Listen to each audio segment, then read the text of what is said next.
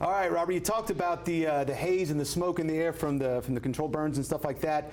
That, once it moves out, though, still some pretty nice weather left behind. Oh, yeah. I mean, regardless of the little bit of haze, it's still going to be a very quiet night. It's going to smell like you're out camping a little bit, which some people enjoy that, but really not bad over the next couple of days leading up to the weekend. And we've got a little bit of rain in the forecast, which we'll touch on here. Fayetteville's nice and quiet. Another warm day, 76 today. Notice over the past couple of days, it's been 76, 74, 73, 72. So we're slowly stepping our way up each day by a degree or two. We should be at 69 for this time of the year, so 7 degrees above the average. Meanwhile, in Fort Smith, it's also nice and quiet on this Tuesday evening. We've got the 77, 3 degrees above where you should be. Cold morning in 1989, just 25 degrees. That is a late, hard freeze. Here's our rain chances. For the most part, lots of zeros, except Friday night, most likely Friday night and into Saturday morning. That's the best chance for some scattered showers, maybe a couple of thunderstorms or so. Temperatures right now still very mild, 50s and 60s. Drake Field is the cool spot at 59. Meanwhile, in the River Valley, temperatures are in the 60s. We're actually pretty lucky. These are somewhat reasonable temperatures. You get out to the west and northwest of us, they're still in the upper 70s. In fact, places western Kansas, Nebraska, up into South Dakota today, 80s and 90s they were in. And some of these areas, they had raging blizzards just this time last week.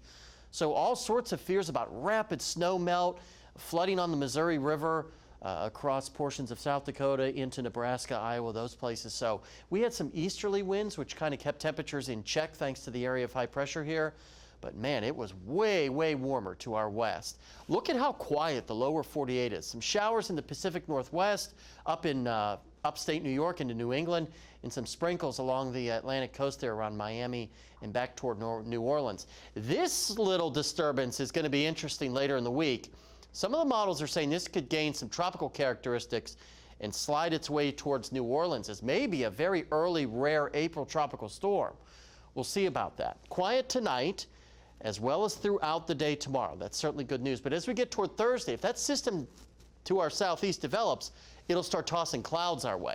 Not so much precipitation. That could come with a front Friday and into Saturday. SPC has areas to our west highlighted for the chances for severe weather. I think it'll stay out there. I don't think we'll have to worry about severe weather Friday and into Saturday. But check back with us. It's only Tuesday. 40s and low 50s tonight, 70s across the board for your hump day.